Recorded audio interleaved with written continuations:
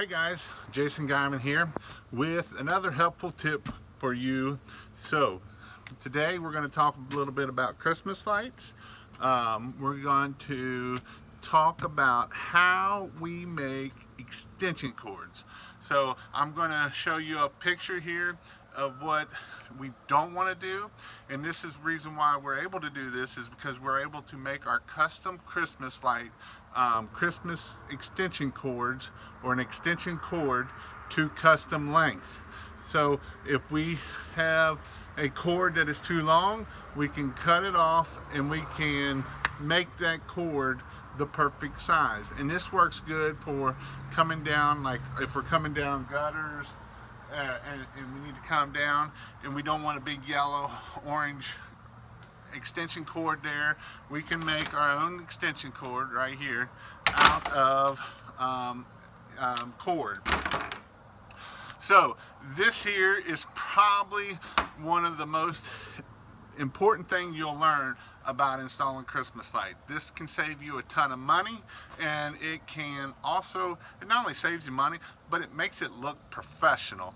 It makes all the cords look like they're supposed to be there, that it's a custom fit for your Christmas lights. You don't have cords that are, you know, all wrapped up and looks like crap because you got an extra 100 feet of cord because you only needed a 10-foot cord and you only got 50 foot. So now you got this big long cord and you're trying to wrap it up and it looks like crap and it looks like garbage. So today I'm going to show you how we do our Christmas extension cords and how we make them. So the first thing we do is we can buy this cord here. This is called this here is called it's called lamp cord. It can be called lamp cord. It's most of the time it's UL, so it means it's indoor and outdoor. This here, there's two different types of it. It's SPT1 and SPT2. SPT1, they're both 18 gauge wire, SPT1 and SPT2, and the SPT2 has a thicker coating on it. It's not very much thicker, but it's a little bit thicker.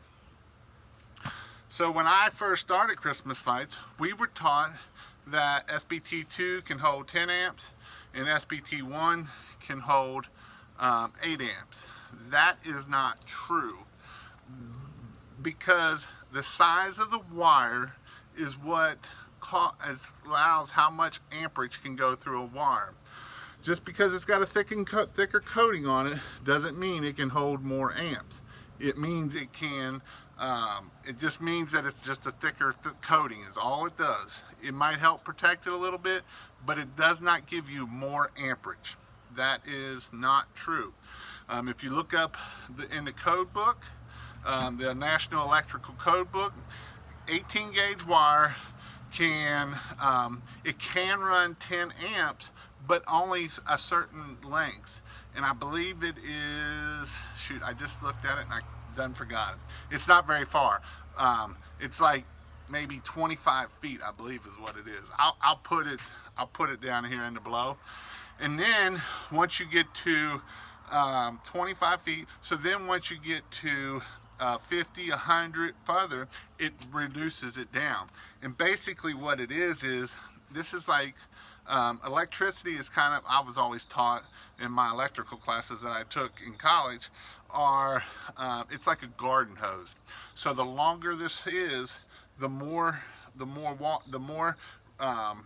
resistance is in there, so you're going to lose amperage as you get longer. So the longer you go, the longer it is. Now that being said, now that we're using LED, it's not really a big factor like it was when we were using incandescents.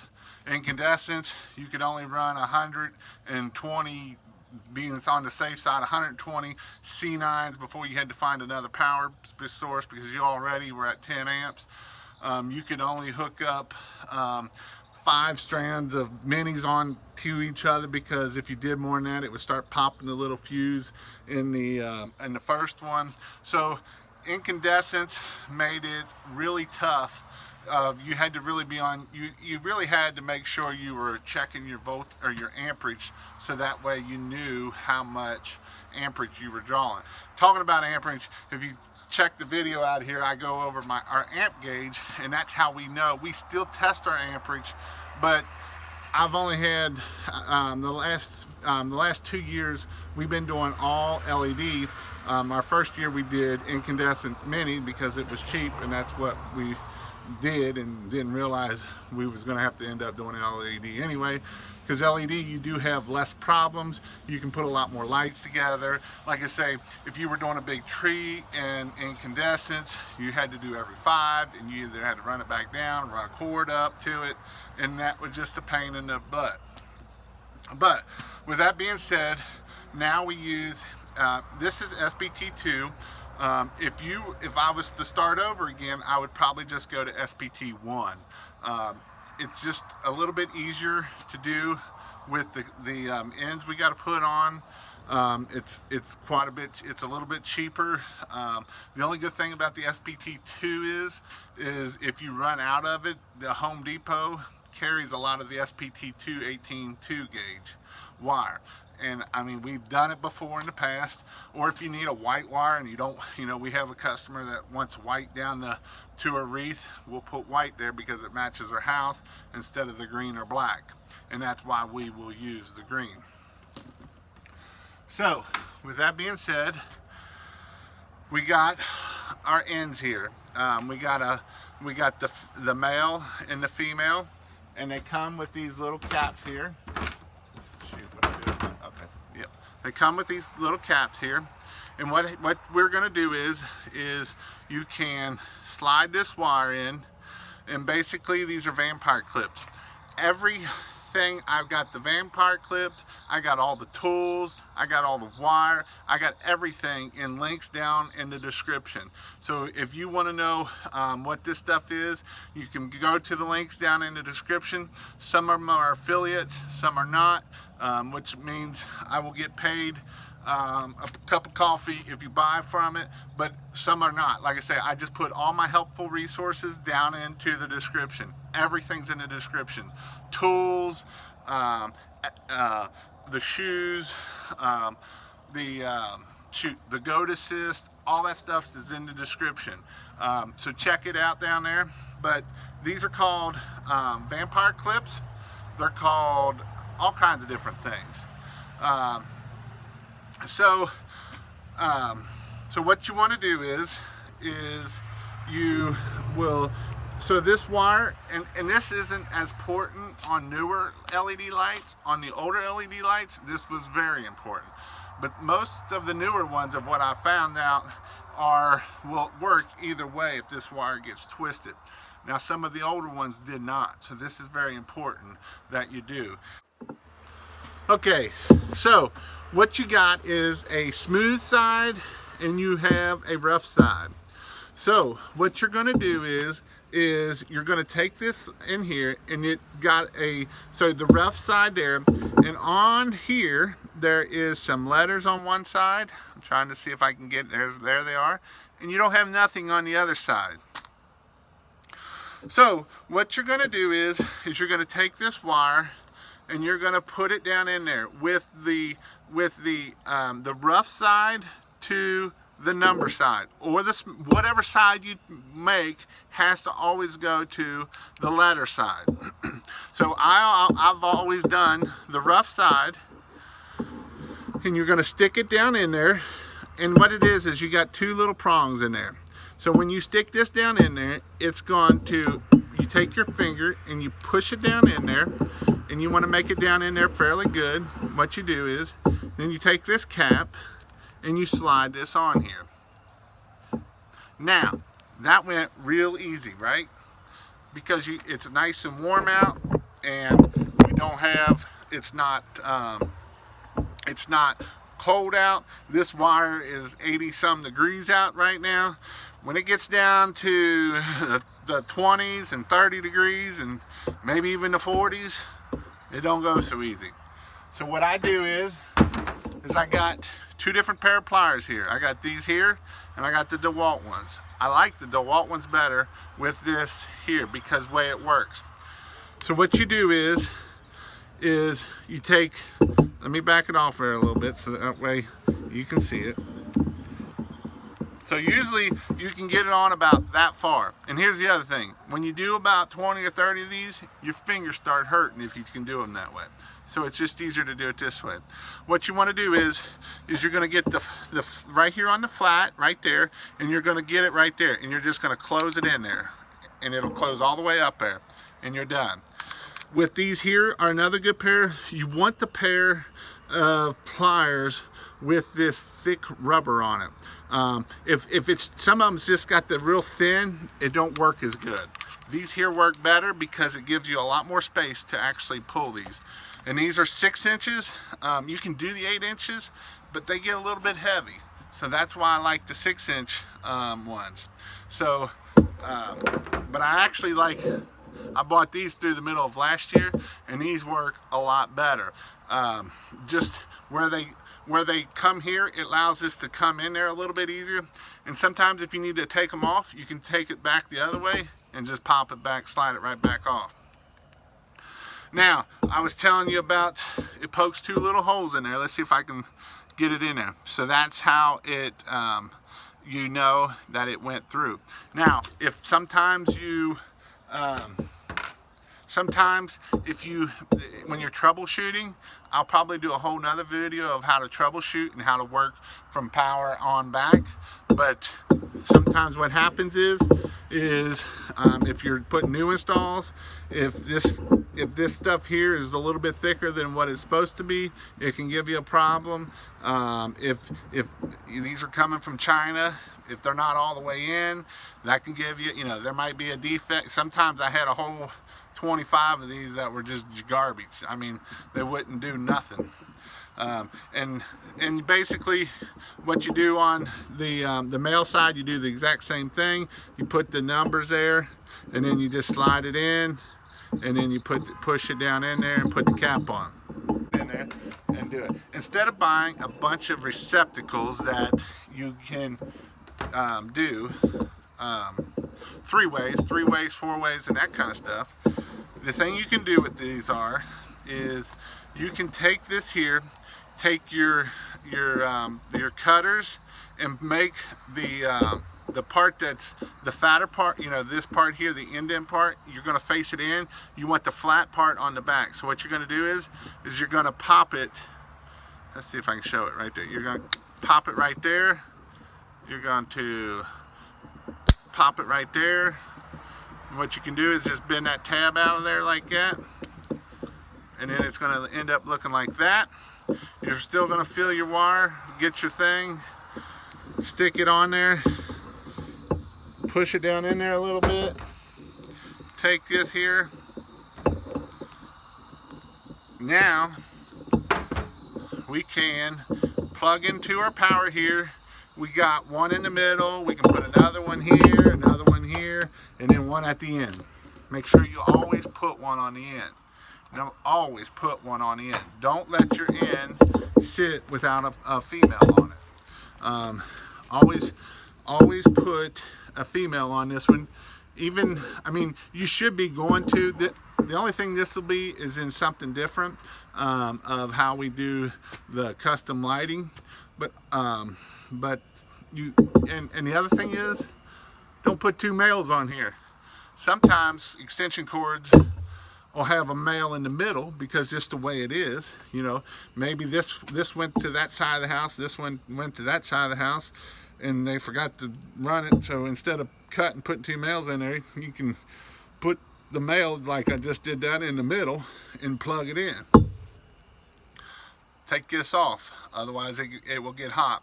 And this really kind of comes into play in year 2, 3, 4 down the road when you're putting these lights up, and it might be the same house, but whoever put them up this year didn't take them down, and whoever took them down didn't put them back up next year, so you don't know exactly. So you might think that it did, and then you'll have one in the middle and not really know it, and you touch it, and you'll be the first one to know that you touched an open end like this. It'll wake you up real quick. You'll be like, ow, that hurt. And then what you do is you'll go down and turn that tester off. That I'll put a video up about it down there, so you know that you can go take this off. Now, when you're installing lights, sometimes I'll leave this plugged in if I know I don't have to cut it. Make sure you do not cut this wire while this is plugged in. It happens. I guarantee if you put up any amount of lights, more than 1 or 2 houses, if you put up more than 10 houses, I guarantee you'll do it at least once. You get tired. I mean, we're putting up 4 or 5. One crew's putting up 4, 5, 6 in one day, depending on how close we can get them. 6 in a 12, 14-hour day. You're tired. You'll be like, you're half asleep, and you're like, pow, and you're like, oh, that woke me up. And sometimes it will do it here. Sometimes it will trip my breaker that I was just showing you about tripping it. So I hope this helps you out. Like I say, everything down below is in the description. Everything, cord, lights, the whole 9 yards. Like I say, the difference between SPT 1 and 2 is I would definitely go with SPT 1 if I was doing it again. And reason why we're not switching over to it is because we got 150 houses of SPT 2. And so SPT 2, these ends here are different for SPT 2 and SPT 1. So you can't switch them out. It would be kind of a, we would either have to switch everything out or really try to keep SPT 2 in a box and SPT 1, and it would just be more hassle than it was worth. So that's why we're sticking with SPT 2. But if I was starting out again, I would definitely, probably 90% sure I would go with the SPT 1. It is nice to have a little bit thicker insulation on it. Might help you sleep a little bit with the gutters and, you know, rubbing and pulling, yanking, and maybe slipping that wire a little bit, and then you'll be on it. I mean, that would be my only reason why I wouldn't switch to SPT 1. But a lot of people use SPT 1. We have a local Christmas decor group here. They use SPT 1 on everything. They probably do 100, 125 installs themselves. So like I say, that's why we went to SPT 2, is because when we started hanging Christmas lights, we were kind of told bad information that it would hold 8 amps versus or 10 amps versus 8 amps. That's not true by the code book, by the electrical code book. So that is why we went to SPT 2. So with SPT 1, it's just a little bit, SPT 1 is a little bit easier to put on in the cold because that plastic, that rubber coating, plastic coating, whatever it is not as thick. So it just slides on a little bit easier. So those are your things. If you do magnetic lights, that's all SPT 1. Shoot, Lennox, I believe it. Shoot, I'll put it right here, what it is. But that's all SPT 1. So when we do those with the magnetic lights on the back of the lights, they'll have a little magnet in here. You can get a little thing that turns on there, but they'll actually sell, there's stuff in here that it's got a little magnet. It just sticks right onto any metal. But that's all SPT 1 also. So that's where we use SPT 1. That's the only thing we use SPT 1, and the only ends we put on that is on the Christmas light wire itself. So that is why we do that. So that's how it works. I hope this is helpful for you. If you would like, the whole Christmas light training is down in the link below. We go over how to bid jobs, how to get jobs, how to install, how to hang wreaths, what wreaths we use, everything. Check it out. But I hope you have an awesome Christmas light season. We're going to season some salt and pepper on there. Hope you have a great Christmas light season. If you have any questions, please please comment below. I also got in the description, you can email me if you don't want to put a thing out there. Just email me and I'll email you back. But I hope that helps you out. If anybody needs help, just let me know and I'll do what I can do to help you. That's what I'm here for. Our goal this year is $350,000, so we'll see what happens. I think we should hit it. We picked up a little bit bigger service area this year. We're actually going to Dayton, Ohio, which isn't that far from our new shop. It's actually kind of, it's about as close as it is going south. So that's our goal. We might push 400 if we're doing really well. But hope that helps you out. And I hope you have a great year. Thank you. Bye.